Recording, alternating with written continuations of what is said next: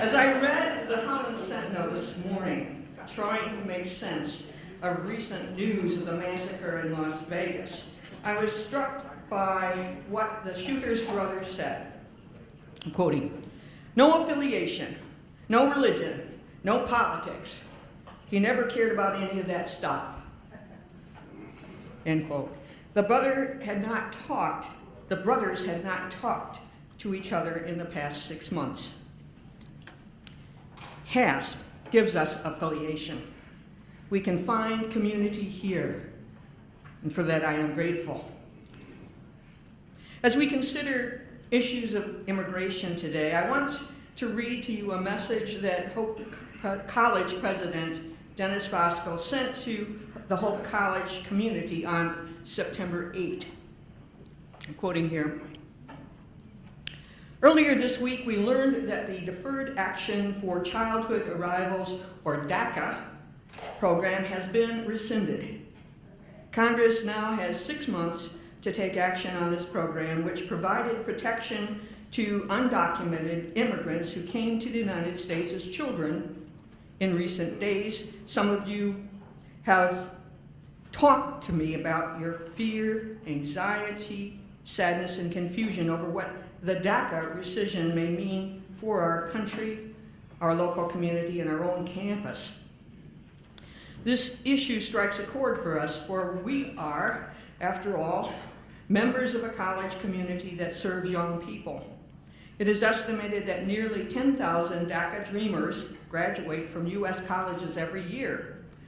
In the work we do daily, we serve young people similarly committed to earning a college degree. And as we help prepare students for their future, we too engage the will of passionate young people to discern their calling, pursue a meaningful career, and develop leadership skills in order to strengthen their communities, neighborhoods, churches, and businesses, as well as the country they call home.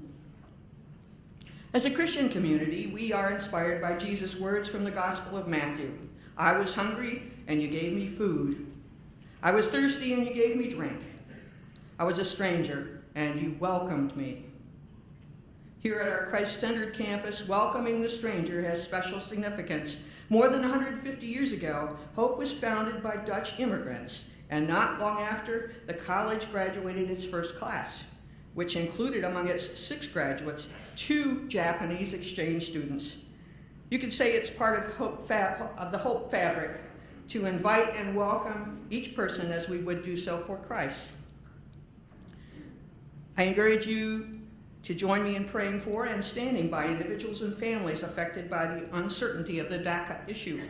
Since becoming president, this is again, Dennis Vosco speaking, I have spoken about the 5 virtues of public discourse at Hope College: humility to listen, hospitality to welcome, patience to understand, courage to challenge, and honesty to speak the truth in love. Together, let us draw on these virtues as we consider the impact on the 800,000 young people whose drive and determination resonate with so many members of our own campus community. And now Betty Vosco, who chairs our membership committee, will introduce our new HASP members and guests.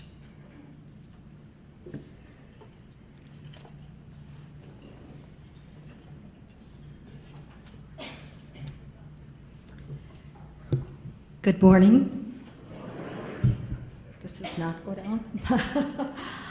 We'd like to welcome 23 guests this morning. So I'm going to just have you stand in place, and you can wave your hand or whatever you want to do, but stay standing, please. Ellie Buglin, way back there. David Ford. Just stay standing, Ellie. Okay? David Ford, Gloria Ford. Peter Skockel. Jane Cronkite, Linda Fulton, Bob Giroux, Ben Page, Deborah Ellis, Brian Dozeman, Pat Dozeman, Margaret Hahn, Marilyn Tommy, John Tommy, Charlie Hahn, Lydia Rigerton, Donna Tulse, Roy Uvrard, back there, Linda Burr, Miriam Haig, Marvin Haig, B. Chandler, Sandra Dupin. Did I get that right? Welcome. We're thrilled to have you as guests today.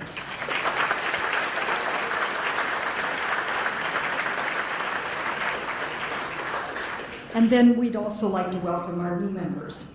And I've asked them to come up here and kind of wave at you so you can see what they look like too. Carolyn Hoskin, Phil Hoskin.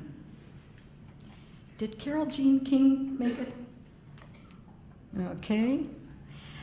Chris Nienhuis, Dale Nienhuis, Ed Sheerbick, Dawn Stageman, and Leroy Stageman. We welcome you all to our membership and are thrilled to have you here.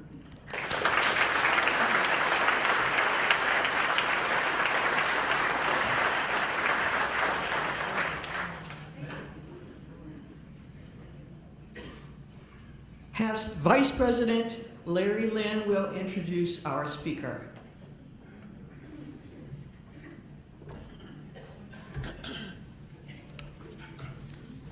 Thank you, Judy. This morning's topic is immigrants and refugees in West Michigan under the Trump administration. The presentation is especially relevant in today's political climate. Our speaker is Sarah Yore-Van Oosterhout, the founder of Lighthouse Immigrant Advocates. She is a graduate of both Calvin College and Michigan State University College of Law.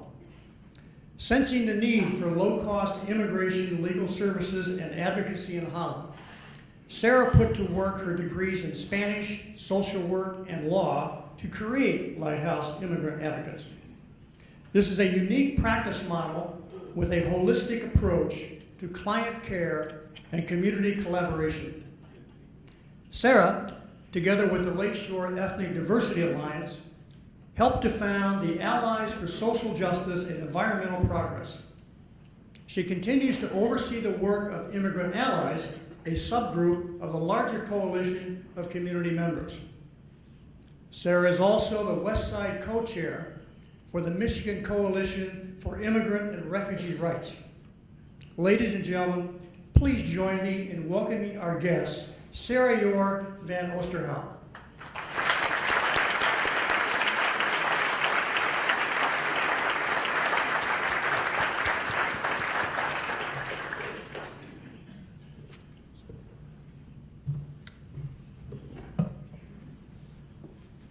Well, good morning.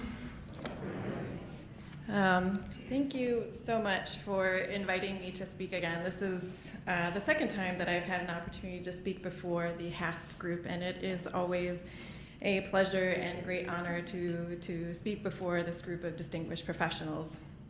In fact, it's quite humbling to stand before you all today as an expert in my field. Honestly, there are some days I wonder who the hell thought it was a good idea to hand me a mic or put me in charge of a law office. But whatever the case, thank you for the honor of being able to share with you a little bit about my life's work and the way it shapes our local community. For those of you who haven't heard me speak before, I am the executive director and managing attorney at Lighthouse Immigrant Advocates. You may be seeing our logo around town a bit more often. We are a nonprofit law office and advocacy center, and I founded this office here in Holland in the summer of 2015.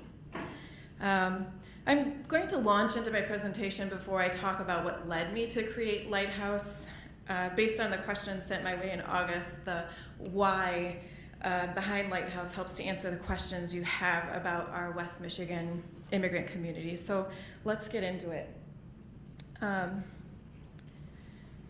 History repeats itself. Please forgive the stereotyping happening right now. I'm looking around the room and seeing a lot of gray and white hair, and maybe this is the new style, I don't know, I need to catch up. But I'm seeing a lot of gray and white hair in the audience today. And I've studied the history of immigration, and my partner, Sarah Yore-Van Oosterhout, he has a PhD in Mexican history, and he's studied in all kinds of history, and some of us are going to hear him speak later this month. Actually, he's coming to speak to you guys. And then he's going to Hope Church with me on the 15th. So you'll get to hear his expertise. But you folks can all say you've lived history. How many of you turn on your television in the evening and have to do a double take? Or find yourself with that strange feeling of deja vu? Haven't I been here before? And how many of you can remember things like Operation Wetback, or the Bracero program, or even maybe the tail end of the Chinese Exclusion Act? I know I'm pushing here. That was in 1940. And how many of you can recall how terribly these programs turned out? I haven't lived it, but I've read enough textbooks about history to know we're just going in circles. Sometimes I turn on the television or open up my news feed and feel like we're dogs chasing our tails. Or at least that's what we got going on at the big house. So for whatever reason, it might be gaslighting or racism, silence, ignorance, whatever. History does repeat itself in terrible and frustrating ways. We won't spend much time waxing poetic on the repetition of history. It happens, and there are numerous academic texts pointing to the root causes of this phenomenon. But I think we can safely blame one cause: fallen humans. But beyond that, I think it's more necessary to shed light on the negative behaviors, policies, and actions that continue to repeat throughout our historical timeline. Remaining silent is a surefire way to guarantee history will repeat itself. At least by talking about it and educating people on the mistakes we continue to make as a nation and/or a species, we at least stand a chance of trying something different rather than dooming ourselves to an endless loop of farcical error. So allow me to recap for you in case you were still in diapers when these programs rolled out. And by recap, I really mean recap. I'm married to a history professor, but I myself am not one. And I'm sorry to everyone here who once was a history professor. I'm sure I'm glazing over important and very minute details of the last 2 centuries, but so be it. I've got 2 centuries to cover in 20 minutes. In the late 1840s, and just to clarify, I'm not suggesting anyone here is nearly that old, in response to the gold rush, states like California started looking for cheap labor. So they turned to China. By 1852, California residents called for a halt on the import of coolies, a term used for Chinese immigrants. In 1882, the US passed the Chinese Exclusion Act, which barred any further import of Chinese labor and prevented existing Chinese immigrants from becoming citizens. Ironically, as Angel Island Immigration Station in the west was turning away thousands of Chinese, Ellis Island in the east erected the Statue of Liberty. Even in the 19th century, Americans were incredibly ambivalent toward immigrants. In 1943, this ban was finally lifted, but something that often goes unmentioned in textbooks is the ban on Jewish immigrants. Now, no laws expressly banned Jewish immigrants. However, the 1921 Quota Act and the 1924 Johnson-Reed Act together worked to create the modern-day quota system, which is still in effect today, severely restricting immigration. Although the act did not specifically target Jewish immigrants, the effect of the legislation was that 86% of the 165,000 permitted entries were from Northern European countries, with Germany, Britain, and Ireland having the highest quotas. The act effectively diminished the flow of Jewish immigrants from Eastern Europe to a trickle. And paranoia was high during this era. The US and other countries feared spies and terrorists. They were afraid that they would infiltrate the US as refugees on these boats coming from Europe. The US claimed ignorance during World War II, stating they had no idea genocide was taking place in Europe on such a large scale. Boatloads of Jewish refugees came to Ellis Island seeking shelter, only to be turned away and captured in Europe and sent to labor and death camps.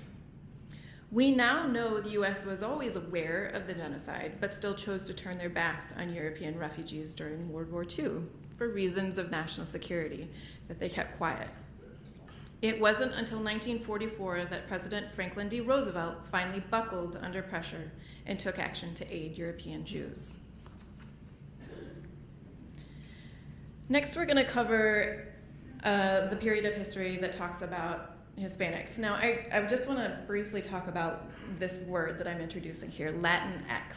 So a lot of you know the term Hispanic or Latino. Hispanic is a word that comes from the US Census. That's a government-created designation for the group of people that come from the South. And it's a term that most Latinx folks have rejected. The reason we choose Latinx is just because Latino is a masculine word. And with all of these issues surrounding gender and equity, Latinx makes sure that we're getting Latinos and Latinas included all together in that one word. So when you hear me use the word Latinx, I'm referring in general to the Hispanic population. And that is the reason why I've chosen to use it today. I had a long discussion with another professor at U of M, and this is what we decided for today's presentation. So Hispanic or Latinx immigration to the United States also has a very long history. Let's start with a few important events. So 1, Texas declared independence from Mexico in 1836. 2, the Mexican Cession, where the modern-day southwestern U.S. was ceded to the U.S. in the Treaty of Guadalupe Hidalgo in 1848. That's what you're seeing up on the screen here. So what you're seeing is what used to be Mexico less than 170 years ago. Then we have the Gadsden Purchase, or Treaty, of 1854 between the U.S. and Mexico. For the low price of $10 million. I thought that was great. So you're looking at a map here of what all used to be Mexico. Latinx are as native to the United States as the Cherokee, the Navajo, the Sioux, and the Chippewa. In fact, Google largest Native American tribes in the US, and you'll see Latin American Indian in the top 5. We continually fail to acknowledge this fact when we engage in this Latinx immigration debate. They were here first. Mexicans were here first. So for anyone who claims Mexicans are invading this country, I turn the tables and point out that Anglos invaded this country. Maybe Mexicans should send Anglos back with birth control. Maybe Spanish should be the official language of at least a quarter of the United States. Maybe Native people should demand Anglos get out. Start rounding them up and holding them in detention cells, denying them due process, sending them back to countries they've never known. I can't imagine if I was asked to get on a boat and go back to Ireland. I don't know that country. I've never been there. Yet that's where my family came from. My great-grandfather hopped off a boat, didn't even go through customs. He swam ashore near Ellis Island, and he illegally immigrated into this country. It sounds ridiculous, right? Can you imagine being a Mexican in the United States in the mid-19th century as borders were literally redrawn around you? As you suddenly went from Mexican to US citizen overnight, and despite your original claim to the land, you were still forcefully removed? The prohibition of Chinese laborers created room for another immigrant group to move in. Mexican workers were stepped into the agriculture and industry, especially at the outbreak of the First World War. Other factors did drive Mexican workers to the US to seek work. The Mexican Revolution from 1910 to 1917 created a community desperate for work and eager to escape war in their own country. But they weren't overly eager to remain in the US long term. Most wanted to come and work, wait for the war to finish up, and then go back home. In 1924, the US Border Control was founded, but at that time it really didn't do much to stem the flow of immigrants. The onset of the Great Depression in 1929 resulted in a backlash against the foreign workers. More restrictions were created. Remember that quota system I mentioned earlier? And because of the atmosphere, many Mexicans returned to Mexico voluntarily. This return to Mexico created another need for agricultural workers.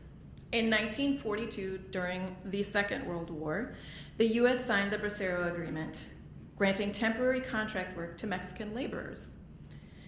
As is the case in present day, the number of workers allotted in the agreement did not satisfy the need for workers in the US, so the undocumented population began to grow. During the paranoid years of the McCarthy era, the INS launched Operation Wetback in parts of California, Texas, and Arizona. Again, former Mexican territories. Operation Wetback allowed officials to apprehend and deport anyone believed to be in the US illegally, resulting in the removal of over 1 million Latin Americans, many of whom were US citizens. And I've put some pictures up here. We've got a picture of the way that they rounded people up like cattle. And then this is the other way that Mexicans came into the United States. They had to go through inspection, again, much like cattle. During the following years, the Immigration and Nationality Act preserved the quota system. The Hart-Celler immigration bill reset the quota limits, and the demand for immigrant labor in the US continued to climb, and the pool of willing workers to the South continued to respond to this need. In 1986, during the Reagan administration, amnesty allowed workers who could prove they had been in the US since 1982 to remain in the US as a special category of farm workers.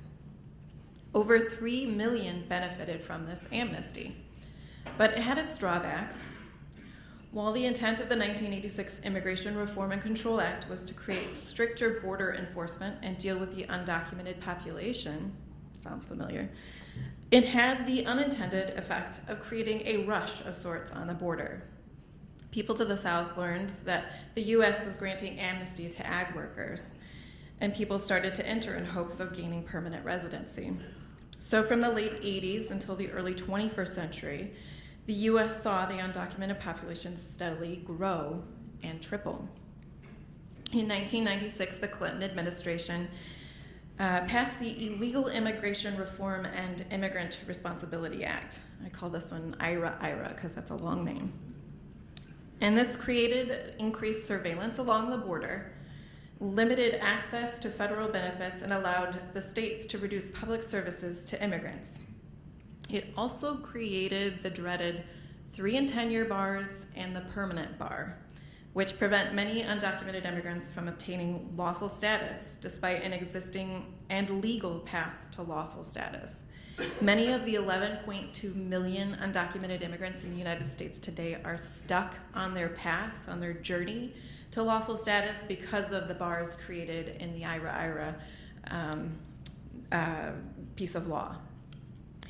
September 11, 2001 also dramatically changed the landscape of immigration. The former INS came under the umbrella of the Department of Homeland Security, and the focus of immigration became anti-terrorism efforts. It's important to mention here that the Immigration Department once existed under the Treasury Department, and then later was moved to the Department of Commerce and Labor, then to the Department of Labor, and then to the Department of Justice, and now finally the Department of Homeland Security. It's never been a standalone organization or agency. These administrative changes signal important shifts in the perception of immigrants by the government. Other countries have independent immigration agencies whose sole purpose is to advocate for the well-being of immigrants. But in the US, this agency has always been housed within the Treasury, Commerce, Labor, or now with National Security, and it sets a tone for the national perception of immigrants. Under the current administration, we've shifted back to a McCarthy era of paranoia and suspicion of everything foreign. In January, President Donald Trump attempted to implement a refugee ban and gave the Department of Homeland Security, particularly the Immigration and Customs Enforcement, or ICE, broad power to determine who poses a threat to national security. In fact, earlier last month, ICE announced Operation Mega, a plan to round up and deport 9,000 immigrants nationwide. And that was called off, but we did see kind of a mini launch of that after they had officially called it off. Historically, we see the influx of immigrants in response to demands for cheap labor. And there are plenty of willing immigrants ready to come to the United States to do these jobs that Americans won't do. However, historically, we've failed to take into account the human element of labor demand. We're asking for people to come to the US to work. People meet other people, and people become families, and families put down roots and build lives. It's human nature, and there's nothing wrong with this, except the US notoriously likes to round up these cheap laborers and toss them out periodically when it serves national interests and paranoia. Historically, we know this doesn't end well. Economies crash, US citizens get thrown out with the bathwater, people are killed, and then the demand starts all over again once enough laborers have been rounded up and forcefully removed from the United States. In preparation for this presentation, I asked Larry to put together a list of questions that I could answer, and one of them was, can you define the problem both from an immigrant position, but also the need for a nation to control its borders or even its destiny? I really hate defining a human issue in terms of dollars and cents or capitalism, but in reality, after hearing my synopsis of 200 years of history, we're talking about capitalism and supply and demand. The problem is government paranoia and policies are getting in the way of its capitalist system. The two can't exist together, and the destiny of a country created by the illegal immigration of and founding by European immigrants cannot exist outside of the continued movement of people in and out of this country. It is the American way. The big question everyone asks is, how does President Donald Trump's immigration plan impact West Michigan? And what sort of changes are we seeing already? Honestly, we aren't seeing sweeping changes like some of us imagined when we woke up the morning after elections. Thousands of undocumented immigrants have not been ripped from their homes in the middle of the night. ICE isn't patrolling every street corner, at least not in Holland. Workplace raids do not disrupt the workday, but we are seeing an increase in hate speech, overt racism, public displays, pro and anti-immigrant, divisions among minorities, and widespread fear. Certain sectors of our community were emboldened by the election of Mr. Trump, using this election as their ticket to release the racist, xenophobic nationalists they buried deep inside during preceding administrations. One example of this is what we're seeing in rural police departments. Up in Benzie County, Michigan, we have a sheriff who calls himself a constitutional sheriff. This is a real thing only in his own brain. He believes he has a sworn oath to uphold the Constitution, not that I think he has ever read the Constitution, and he believes himself to be above the courts, above the judiciary branch. He believes it is his duty to find and remove all of the, quote, illegal aliens, unquote, from Benzie County, and he goes out of his way to exceed the purview of his office in order to unlawfully inquire about immigration status and call ICE on any suspected undocumented immigrants. He is unashamed of this position and will tell anyone this is what he believes his role to be in law enforcement. We have lesser versions of this, much lesser versions of this in Allegan County, where we have some police officers who are maybe misinformed or maybe just a little too eager to arrest people they believe are here as criminals. arresting undocumented folks for driving in their county. That's the biggest problem I've had so far, is arresting people for, they call it no ops, no driver's license. Allegan County admittedly has been very open to our advocacy effort and has even agreed to present on a panel at this year's Immigrant and Refugee Rights Summit. We're really excited they're joining us for this. So I don't want you to walk away thinking they're bad guys, but it's an issue. We need to educate. Now, Benzie County, think what you will. But Allegan County is trying. Reed City is yet another example of police officers acting outside of their powers in order to harass and scare immigrants. This is the biggest problem we've confronted and the hardest one to stay on top of, because once these officers call ICE, ICE is there and people are placed in removal proceedings. Many offices like mine are working to be proactive about ICE detainers and immigrant policies. We educate law enforcement before it becomes an issue. And I've got to admit, Holland and Ottawa County are incredible. But there are more issues than we have woman power to respond, so it feels like a really uphill battle most days. As far as ICE enforcement action in Ottawa County, we're not seeing a lot, but certainly more than before. Just a couple of weeks ago, 10 blueberry farmers were picked up. Blueberries were done, so ICE picked up those 10 workers, I guess. I don't know much about that just because we don't do a lot of removal defense in our office. But I hear this through our coalition and other offices who do this work. We have had targeted enforcement, but related to ongoing federal investigations. And I have seen too many self-deportations. So remember when we talked about how in the 1920s and 30s people voluntarily removed themselves back to Mexico? We're seeing that happen again. A lot of people who are voluntarily separating themselves from their US citizen children because they just can't handle the hostility in our communities anymore. And I've seen a lot of deportations of young people with DACA who were convicted of minor offenses. But I think the biggest change is the fear.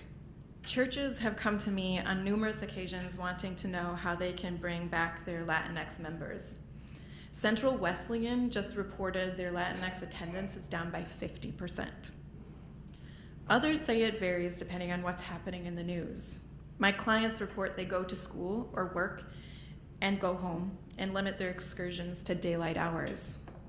They have emergency plans for ICE enforcement action, otherwise known as raids. They have plans for what will happen to their children and property, and they are stowing away money for emergencies. Some report they do not go to hospital when sick, and more still report they do not call the police when they witness or are victims of crimes. This, more than anything, troubles me. I want to spend this last portion of my presentation helping you to better understand who is impacted by these policies and trends. As a side note, this is where I'm going to return to the why of Lighthouse, what drove me to open a nonprofit law office, despite all of the barriers in my way, including 2 children, an unemployed husband, no house to call my own. Might have been a little stupid. In November 2015, Lighthouse Immigrant Advocates stepped in to aid a critically underserved population in Ottawa County and surrounding areas. Current for-profit immigration legal services in this region leave hundreds, if not thousands, of low-income immigrants without affordable legal aid. And current nonprofit organizations, despite their best efforts, assist only a fraction of that population. Lighthouse's unique model allows us to help hundreds of families per year in our geographic area, taking a big and necessary step to filling this need.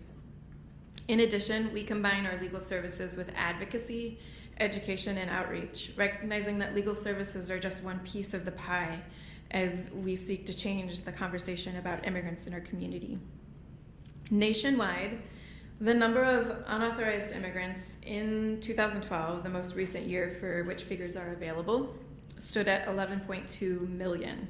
In Michigan, the Pew Research Center reported in 2012 that that population of unauthorized immigrants stood around 120,000, and then the Detroit Free Press reported a rise in that number to 150,000 in 2014, again, citing Pew data. So this table, or this pie graph I've created, kind of shows you the slice of that population that our state can claim. This population is unlikely to significantly decrease or really increase anytime soon, despite harsh political rhetoric on migration policy. Financial bonds between the immigrants and families in sending countries remain very strong, suggesting that immigrants will continue petitioning to bring family members to the United States. As we all know, this population is now in a state of crisis. Roughly 62% of the population of unauthorized adults has lived in the United States for a decade or longer. On the other hand, federal authorities are deporting unauthorized immigrants at a record rate. The number of deportations was at a record high under President Obama's administration and is trending higher under President Trump's administration. More troubling, of the approximately 440,000 people deported in 2013, 240,000 of them had not been convicted of any crime, a pattern that we are seeing replicated with greater frequency under the Trump administration. It is clear that many immigrants need help in this hostile environment. Lighthouse is attempting to provide much of this help in Ottawa County, but there's still a lot to be done. Let's return to the earlier figure of 150,000 unauthorized immigrants in Michigan.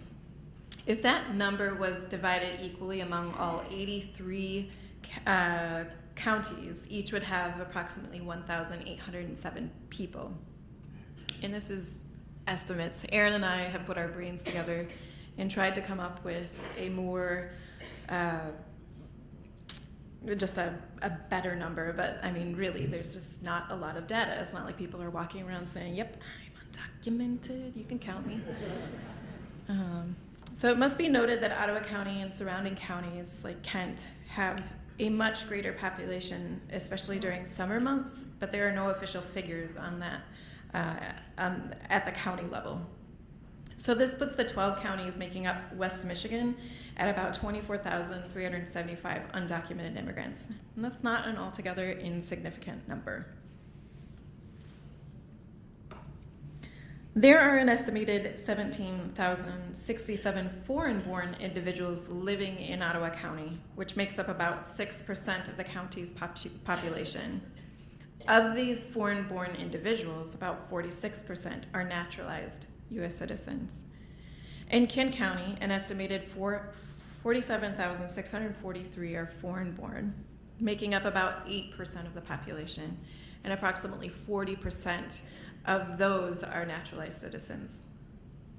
In Allegan County, there are 2,686, and 38% of those folks are naturalized U.S. citizens. In Allegan and Ottawa counties especially, we see the number of foreign-born residents skyrocket during those summer harvest months.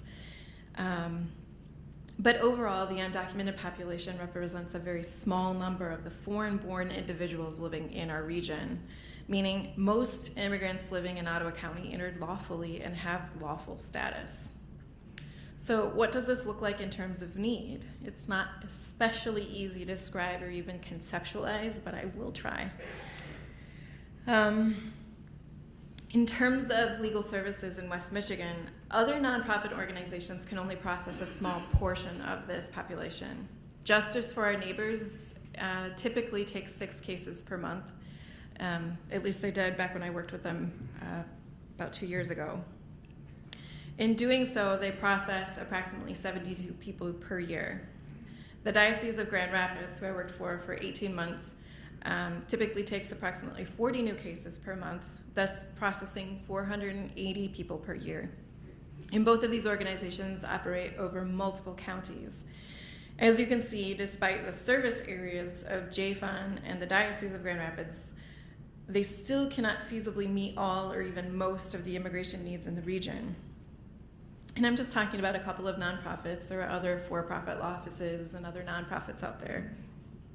But the population is huge, and our ability to serve is what you're seeing here on this graph. And it's important to point out that in this graph, I really only gave you the numbers for the undocumented population. This does not take into account those 17,000 people in Ottawa County and the 40,000 in Kent County and all of the other counties who are immigrants, who are foreign born, and are probably likely to petition family members to come live here. So this number of potential service population could climb even higher.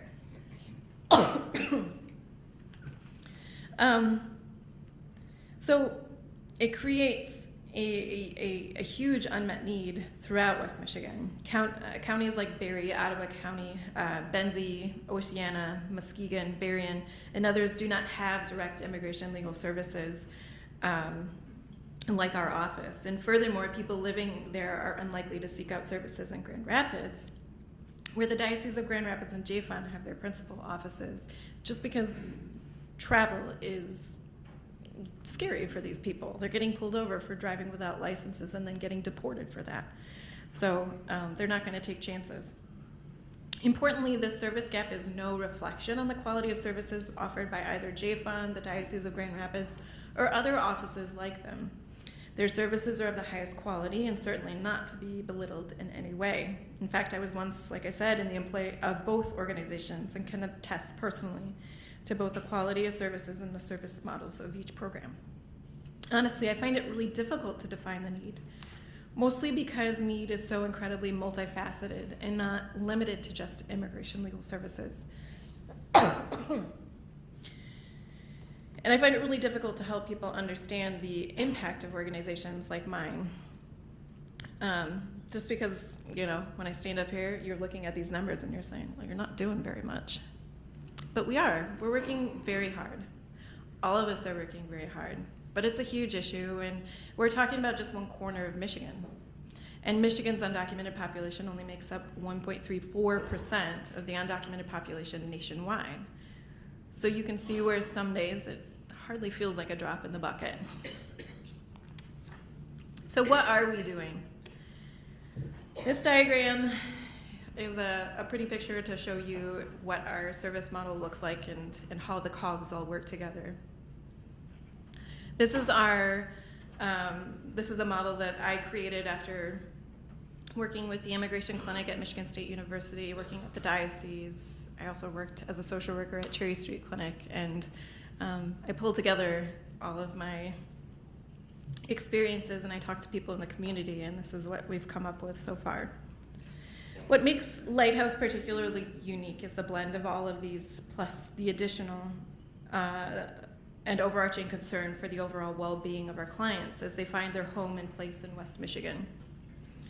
I blame this, like I said, on the social work background, but honestly, this career has allowed me to blend my 2 undergraduate degrees in Spanish and social work and my law degree into a neat package that works well to support this vulnerable community. A lot of nonprofit law offices look strictly at legal services and legal needs, but we recognize that people are not a single issue, but instead a complex human with equally complex needs. For this reason, legal and support services take many forms and continue to evolve on a weekly basis. Most importantly, we offer direct immigration legal services, helping people to stay together with their families, reunite with family members abroad, renew work permits and green cards or permanent residency, achieve citizen status, and find humanitarian remedies such as asylum or remedies for victims of violent crime. We also put on regular clinics to help families prepare powers of attorneys for, the possible eventuality that they might be deported and separated from their family. We do citizenship clinics, and then we also do Know Your Right clinics. We do a lot of work with area refugees and are in the initial stages of doing a needs assessment to determine whether or not a new leadership and mentorship program will help refugees and newly arrived immigrants better assimilate to their life in West Michigan. Finally, we are working to create a case management program that addresses the individual non-legal needs of some of our higher needs clients. This program will also conduct regular needs assessments on community level to continue to reshape the services we offer to meet the ever-changing needs of the community around us.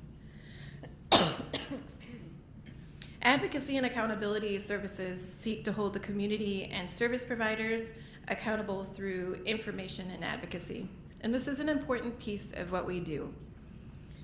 We advocate through a data collection, research, investigation, and communication with local law enforcement and government officials and agencies. This summer, we met with the Allegan County Police Department after receiving complaints of racial profiling.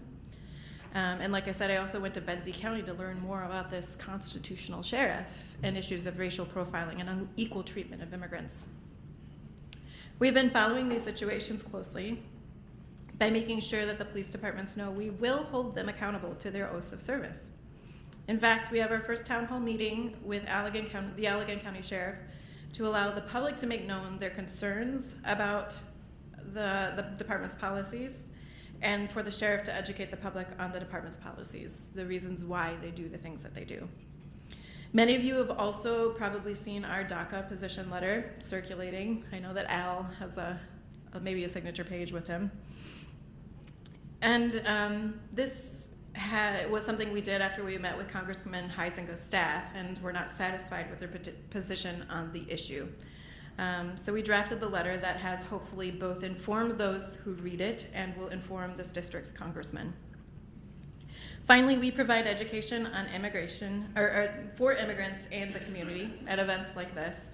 We offer a broad range of educational presentations: Immigration 101, Know Your Rights, Rapid Responder Training, and a series entitled A Christian Perspective on Immigrants in Our Community.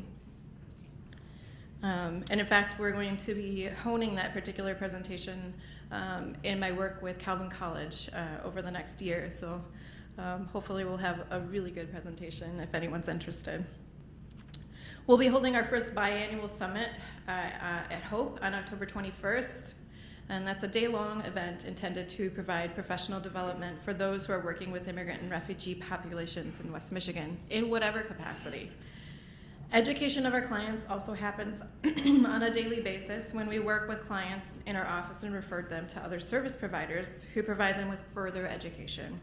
This kind of education empowers them and allows them to make informed decisions about their immigration case and issues impacting them. One of the other questions that was sent to me was, how can we get involved? So I'll tell you a little bit about what we're doing, but we are certainly not the only show in town, and there are other ways to get involved. Lighthouse understands that its success is only as great as its partnerships and community collaborations. For this reason, our team has worked hard to cultivate the Immigrant Allies, a coalition of concerned community members who, like Lighthouse, desire to see reform locally and nationally. Meetings with the Immigrant Allies have led Lighthouse to create and facilitate new programs, such as increased numbers of citizenship classes, and also one exciting result of that is the Holland Area Justice Coalition, which is a group of clergy seeking social justice and change here locally. I think it's a group of 24 or more pastors who have gathered together, and some of them are non-clergy. I sit in on those meetings too. We've also created an Allies project called Holland Welcomes. That's that tulip you're seeing right there, and we're getting ready to print a bunch of those stickers and posters. So if you're interested in sending that message, it's a tulip made up of the word welcome in, I think, about 25 different languages. And so the Holland Welcomes initiative is a hospitality movement to help Holland become even more welcoming and inclusive of marginalized groups. And this is all marginalized groups, not just immigrants and refugees. And finally, we've partnered with other area agencies to put on the first biannual West Michigan Immigrant and Refugee Rights Summit, and that's that other logo you see up there. These are all opportunities for the community at large to become involved, to broaden their understanding of issues, and to work towards real change in their own communities. The projects we're tackling are real, and I think they're really exciting, and they require, the important thing is they require a lot of movers and shakers to get things done. The Holland Welcomes Initiative is something that we need City Council to adopt as a resolution. And so as you can imagine, it will take some work to get it passed. And it is here where we need our community members to take up the reins, use their influence, and help to get resolutions like these passed. Just a quick word about Immigrant Allies if you are wanting to get involved. We meet the first Monday of every odd month. So our next meeting is November 6th at 5:30 at the Herrick Library's main floor meeting room. And all are welcomed and encouraged to join if you're seeking an opportunity to volunteer. We have our hands full with our interns at Lighthouse, so we don't need too many volunteers there, but this is one community coalition that does need your help. During these meetings, we have opportunities to think through and discuss complex issues and develop new and unique methods of working toward change locally and nationally. So I am on time today. This is amazing. So I wanted to leave a significant amount of time for questions and answers. And so I believe there are mics that are going to go around. Claudia and Larry, are you okay? Yeah.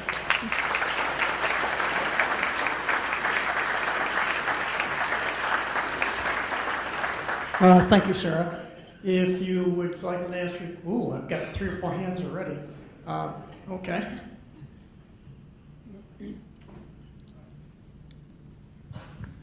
You mentioned education in one of those graphs. Has there been any attempt or any work on educating our young people? Have there been discussions in schools? Because if we don't, it's going to repeat itself even more quickly than it already is. Yeah, absolutely. So I actually just scheduled something for the 11th with the Holland Public Schools. And then I'm working on setting something up with West Ottawa. So we're working principally, those 2 meetings that we're setting up are for the DACA, the program, because it was just rescinded, and so we're working at getting at populations who are affected by that. But we have some really exciting partnerships forming with Hope College, and then also we've had an ongoing partnership with Saugatuck High School working with their senior seminar group, and so they collaborate with us on projects, and yeah, we're inviting tons of students to come to this summit that we have going on. So it's definitely an important focus of what we do. And then finally, our office, when I opened Lighthouse, I loved the experience that I had at the immigration clinic at Michigan State University, and I really wanted to create something like that here, where students had an opportunity to work and learn at the same time. So we welcome about 3 interns every semester to come and work with us, and they do a seminar as well as work directly on cases and work under the supervision of one of our 3 attorneys. So it's definitely a high priority. Yeah. A friend of mine, Tom Loudon, you might know him, works in Allegan County for the state, and he works with the Latinx community, some of which are undocumented. I'm just wondering what kind of relationship you have with a state organization like that. None. So we've been working with the Michigan Immigrant Rights Center to grow our relationship that we have with the police departments in the areas that we serve. But unless, and really this is just, I just feel like the nature of what we do, unless we get a report of some sort of violation or some sort of suspected, I don't know, civil rights issue, we don't really step in and get involved. So we're proactive in the sense that we're meeting with Allegan County, Holland, Ottawa, and even Kent, and working with other organizations to facilitate those relationships. But really the state is not one, the state police department is not one that we've gotten involved. Not our organization directly. I know that others have, certainly. So if you want to make that connection, I'd be happy to, to meet with that person. What is the current status of sanctuary In Holland? in Holland and across our nation? So the current status of sanctuary, and just so that everyone understands what sanctuary is it's basically something that speaks to the relationship between law enforcement and the federal Immigration and Customs Enforcement Agency, and whether or not those law enforcement agencies are going to enforce what are called ICE detainers. So if, let's say Holland Police Department picks up someone and they've confirmed that that person is undocumented, and they've run them through the database and find that there is an ICE hold on them, they can detain that person for up to 48 hours. Now, some law enforcement agencies have elected not to detain those people based on those ICE detainers. And so that's really what Sanctuary City is talking about. I mean, it's something that communicates to the city's immigrant and refugee population that we are a sanctuary city, but really it only controls that one area of the community. Now, there's nothing, I know the concern has been whether or not it's legal or illegal. There's no legal definition of sanctuary city, and it's really just something that cities decide on their own. And we haven't seen any federal legislation that's made it illegal to be a sanctuary city. There's stuff on the table in the state of Michigan to try to make it illegal, but so far none of that has passed, and I don't think it will. And then here locally, the sanctuary movement has really stalled, unfortunately. The Holland Welcomes, I turned this off. The Holland Welcomes initiative that I just talked to you about is really, it's something that we're working on getting passed instead of a sanctuary movement or a sanctuary resolution, because our efforts at rallying support for sanctuary were, I don't know, stomped out. There were some stakeholders in the community that had read, oh, it's illegal to do this, and this is a crime, and you're going to be putting people at risk, and there was a lot of fear surrounding it. And so we have turned instead to a hospitality movement, and I know a lot of people think that that's fluffier and touchy-feely, but in terms of what Holland is ready for, I feel like a Holland Welcomes movement, the Welcoming Cities movement is more what we should be working towards. And really, Sanctuary City and Holland Welcomes can work together. They do work together in many cities. So, sort of a quick summary, but if I'm an illegal alien living in Holland, I've been here 15 years, I've kept a low profile, I have no criminal record, I'm self-sufficient, and I have 3 children who are well educated and doing well in school. You're an enforcement agent, I guess a federal agent. I'm pulled over for driving under the influence. I'm arrested, and you are intent on deporting me. Just in quick order, what are the steps you must go through before I'm sent back to Mexico? And does it make a difference if my wife is a born in America American citizen? So in a situation like that, I would wonder why the U.S. citizen wife hasn't petitioned husband sooner. So let's say that he is picked up for driving under the influence, and he's been put over here at Holland Police Department, and they get an ICE hold, and ICE comes and picks him up and transfers him to Battle Creek. He gets transferred to Battle Creek, and then he is put in front of an immigration judge. Now, during the time between when he's picked up and sent before the immigration judge could be a matter of weeks, and so he has that time then to meet with an attorney if he wants, and figure out what sort of remedies are available to him. And so assuming he gets an attorney who advises him of his rights, hopefully he's going to apply for a benefit called cancellation of removal. He's got 3 U.S. citizen kids, he's been here for 15 years, and his wife's a U.S. citizen. So potentially she could submit a petition for him at that point, he files for his waiver, and then he consular processes in Mexico and comes back to the United States as a permanent resident.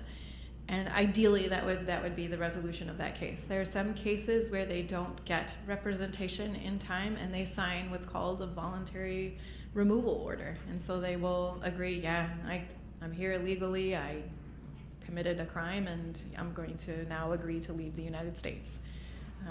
And so that does happen as well. But in the case you just described, there are certainly remedies available and multiple steps that we would take. But he's supposed to have his day in court, but it's not timely necessarily. It could take months before he actually sees an immigration judge.